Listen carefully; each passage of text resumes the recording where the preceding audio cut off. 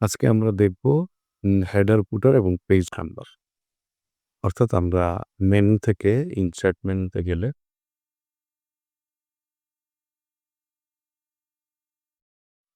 এখান থেকে আমরা হেডার এবং ফুটার এবং পেজ নাম্বার দেখতে পারবো। হেডার এবং ফুটার কি? একটা পেজের উপরের অংশ এবং নিচের অংশ। একটা পেজের উপরের অংশ এবং নিচের অংশ। এটা কিভাবে? আপনি যখন হেডার অপশনে ক্লিক করবেন, এরকম লেখা শুরু করবেন, দেখবেন হেডারের উপরে একটা টাইপ করার জন্য একটা অংশ দিবে। যেমন সাপোজ ধরেন এখানে যদি লিখতে পারেন ইংলিশ বুক, হ্যাঁ? এটা আপনি ইংলিশ বুক লিখলে ওইটা নিচে হাইড হয়ে থাকবে। কারণ ওইটার এরিয়া হচ্ছে আপনার এইটুক পর্যন্ত। এখানে দেখেন সাইজ দেওয়া আছে হেডার কুটারের।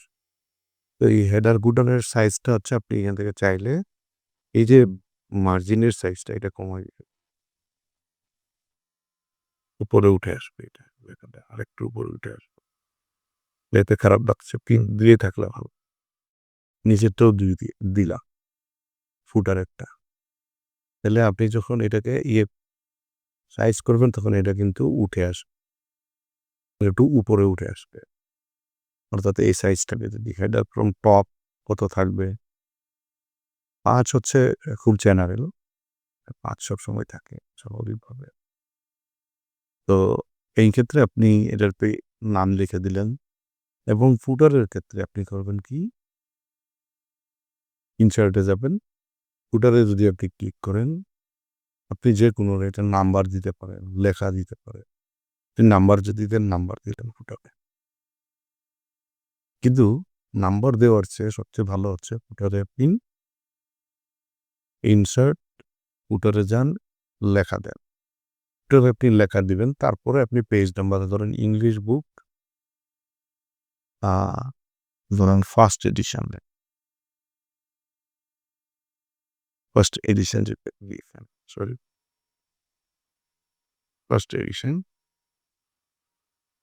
তাহলে এখানে যখন আপনি ডাবল ক্লিক করবেন লেখাটা হাইড হয়ে যাবে এবং আপনার ফুটারে এই লেখাটা দেখা যাবে, হেডারে এই লেখাটা দেখা যাবে। এখন হচ্ছে আপনি পেজ নাম্বার যদি দেন, তাহলে ইনসার্টে যাবেন, যাওয়ার পরে এখানে পেজ নাম্বার আছে।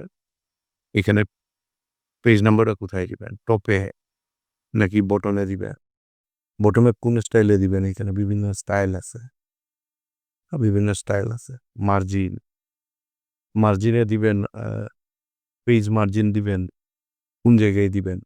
ভার্টিক্যাল লেফট দিবেন নাকি এটা এভাবে আবার দিতে পারেন। তারপর কারেন্ট পজিশন কোন জায়গায় আছে সেখানেও দিতে পারেন। Page number. তারপর এখানে ফরম্যাট পেজ, হ্যাঁ? ১, ২, ৩ আছে। আপনি ABCD দিতে পারেন, রোমান সংখ্যা দিতে পারেন। এরকম চিহ্ন আপনি চুজ করে দিতে পারেন। তা আমরা প্রথমত হচ্ছে একটা পেজ নাম্বার নিব বটমে। আমরা সবসময় এই পেজ নাম্বারটা নেই। তাহলে বটমে যদি আমরা এই পেজ নাম্বারটা নেই তাহলে এখানে লেখা থাকবে কি? 1 এবং পেজ নাম্বার। তাহলে এটা ফুটারের কাজ করলো। পেজ নাম্বারটা। দেখেন ফুটারের কাজ করলো।